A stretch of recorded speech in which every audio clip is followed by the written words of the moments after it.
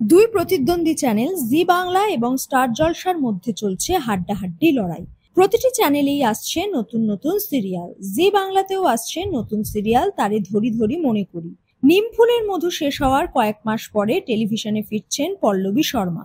ইতিমধ্যে এসছে ধারাবাহিকের প্রথম প্রোমো। গল্পেও আছে নতুনত্ব। গল্পের নায়িকা অর্থাৎ পল্লবী শর্মা সংসার অন্তপ্রাণ, কিন্তু গল্পের নায়ক বিশ্বরূপের সংসার নিয়ে তেমন কোনো আগ্রহ নেই। নায়িকা নায়ককে ঘরমুখী করতে পারবে কিনা সেই নিয়েই কাহিনীর নির্মাণ। কবে থেকে আসছে তারে ধরি ধরি মনে করি তা জানা যায়নি। হয়তো সন্ধ্যার প্রাইম টাইমে আসবে নতুন ধারাবাহিক।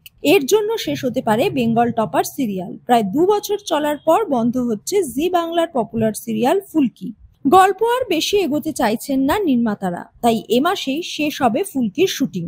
আগামী 31শে অক্টোবর শেষ শুটিং করতে পারে ফুলকি। হয়তো নভেম্বরের প্রথম সপ্তাহেই শেষবারের মতো টেলিভিশনের পর্দায় সম্প্রচারিত হবে ফুলকি। তবে সেই সময়ে আসবে কিনা পল্লবী শর্মা এবং বিশ্বরূপ অভিনীত নতুন সিরিয়াল তারে ধরি ধরি মনে করি, তাও এখনো কনফার্ম নয়।